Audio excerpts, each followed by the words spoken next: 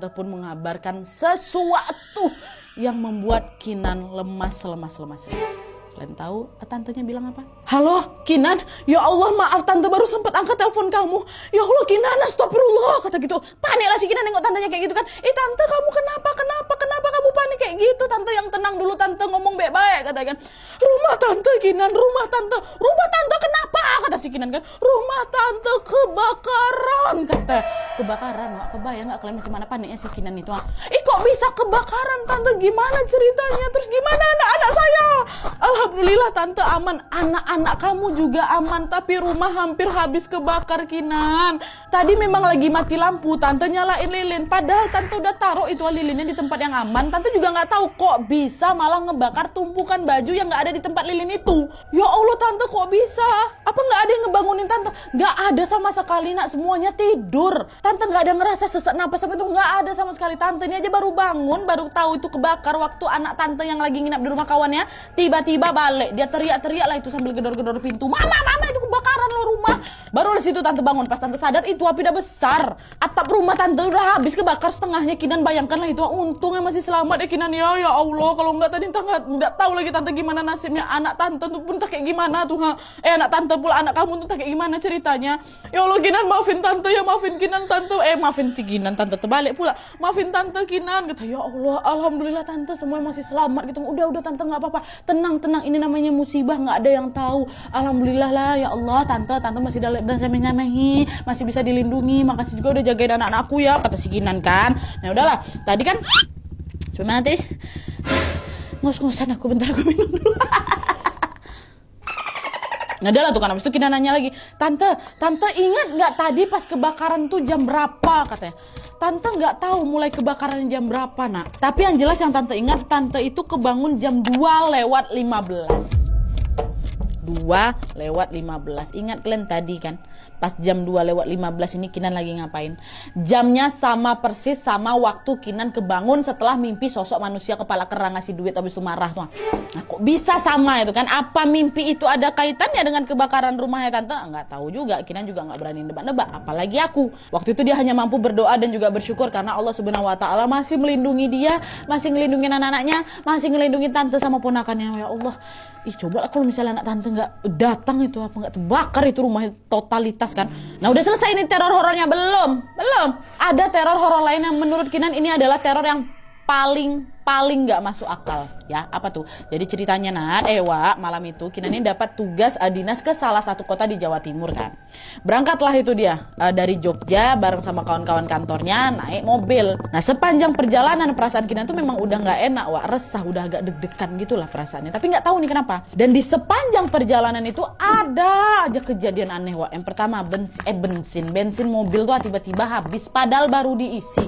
Mereka kesasar berpuluh-puluh kali padahal si sopir senior yang udah pasti hafal betul sama jalur di situ ya kan. Terus pas mereka akhirnya ketemu sama jalur utama setelah kesasar berpuluh-puluh kilometer itu, mereka pun sempat memutuskan untuk beristirahat di rest area. Pergilah mereka ke salah satu warung kopi yang ada di sana kan. Dan di sinilah kejadian yang sangat janggal pun kembali terjadi. Di mana waktu si Kinan lagi minum kopi, tiba-tiba datang seorang kakek-kakek separuh baya sedang mendekati si Kinan.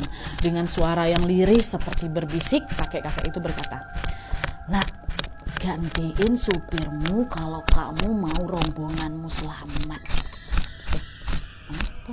Maksudnya gimana kek? Maaf, kata gitu kan. Saya soalnya belum pernah ngendarain mobil besar kek. Turuti ucapanku, cepat. Turuti saja, kata kakek itu.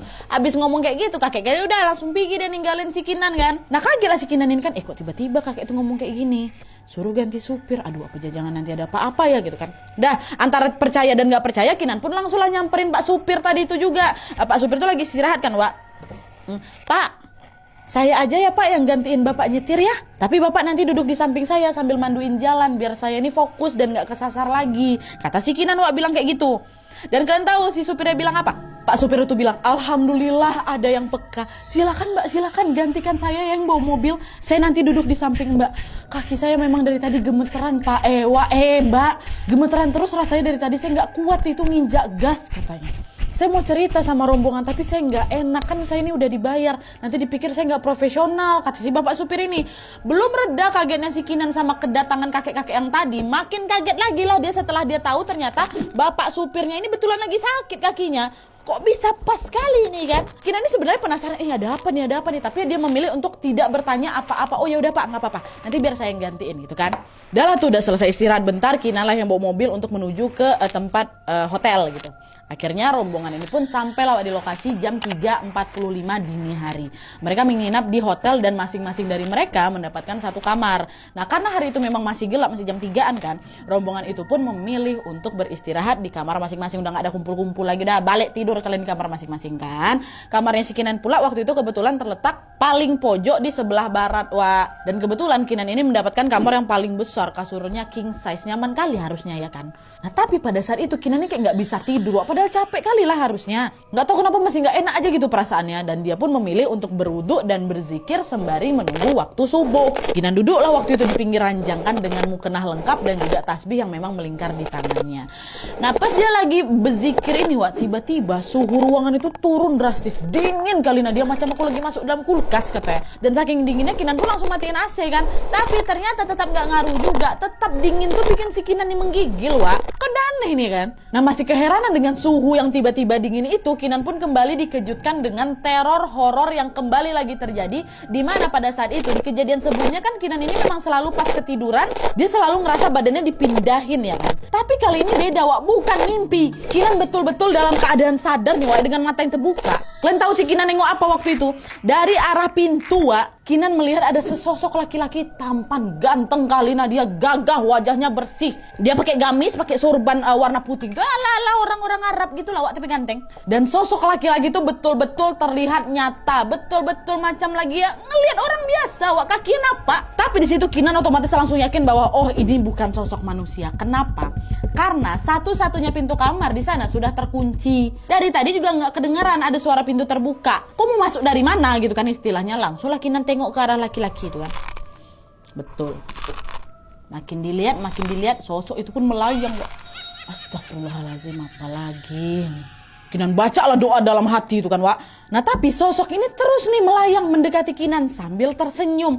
Sampailah mereka berdua ini berhadapan dan saling tatap-tatapan tuh, ha. Dan sosok itu pun berkata, "Assalamualaikum, wahai istriku dari masa lalu. Akhirnya aku menemukanmu setelah bertahun-tahun aku mencarimu, sayang. Kita dipertemukan di tempat ini, di tanah nenek moyangku. Kamu pasti tidak asing kan dengan wajahku? Meskipun pada saat ini engkau tidak mengenaliku, tapi aku selalu mengingatmu.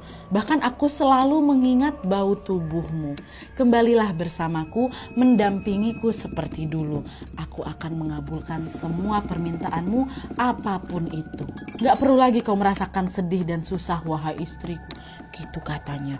Astagfirullahaladzim, kata si Kinan dalam hati ya kan. Kinan pun langsung nge-freeze waktu itu, Wak. Tangannya tetap menggenggam erat tasbih yang memang digunakan untuk berzikir tadi. Dan sosok itu pun berkali-kali mencoba menggapai tangannya si Kinan. Tapi entah kenapa selalu gagal. Macam kepental kesakitan gitu loh, Wak, beberapa kali dia. Dan sesaat kemudian Kinan pun menjawab pernyataan dari si laki-laki ganteng itu kan. Entah benar atau tidak perkataan kamu, tapi yang jelas aku dan kamu tidak hidup di dunia yang sama. Kita tidak akan pernah bisa bersama sampai kapanpun. Maka kamu pergilah, tinggalkan aku. Mendengar penolakan si Kinan, sosok itu pun berubah ekspresinya dari yang senyum ya kan, langsung berubah marah.